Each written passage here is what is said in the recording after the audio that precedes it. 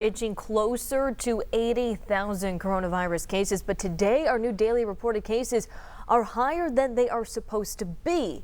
News 4 Tucson's Amanda Gomez has more on the state's data reporting issue and a breakdown of our latest numbers.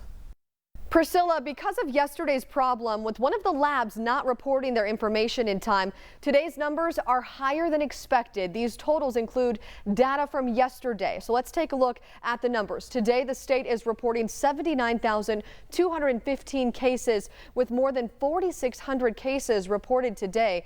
But due to that reporting issue, ADHS says more than half of these newly reported cases here are from Monday. This is a two-day total. That 4,600 number is a two-day total. There are now more than 1,600 virus-related deaths statewide. And taking a look at some southern Arizona counties now, Pima County is reporting more than 8,000 cases and 273 virus-related deaths. There are more than 600 cases in Cochise County, and Santa Cruz County is reporting more than 1,700 cases and 18 deaths. Now, yesterday during the governor's briefing, he showed this graphic on the impacts of wearing a mask, and we can start to see the flattening of that curve and reduce the spread of the virus if you wear your face covering when you cannot physically distance. Health officials also reminded Arizonans about these questions to ask before going out. We want to show you these again, especially ahead of this upcoming holiday weekend. First, how many people will you interact with? Can you keep 6 feet space between you and others? Will you be outdoors or indoors? And what is the length of time that you will be interacting with people? The governor says he expects next week's numbers to be even worse as we continue to deal with a surge in cases, and that is why it is more important than ever to listen to these warnings and take precautions. Wash your hands, practice social distancing, wear those face coverings, and remember, we are safer at home. Priscilla.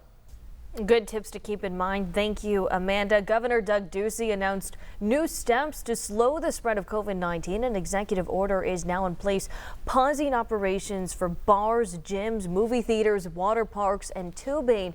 Yesterday, the governor also announced the first day for schools in Arizona will be delayed with a target date of August 17th, adding that Arizonans are safer at home as Arizona continues to see a rise in COVID-19 cases. The Arizona Department of Health Services announced hospitals are nearing their bed capacity, with 40% of COVID-19 hospitalizations in the age group of 65 and over, and those in the age range of 20 to 44 taking up 22% of hospitalizations. These numbers just a preview of what is to come.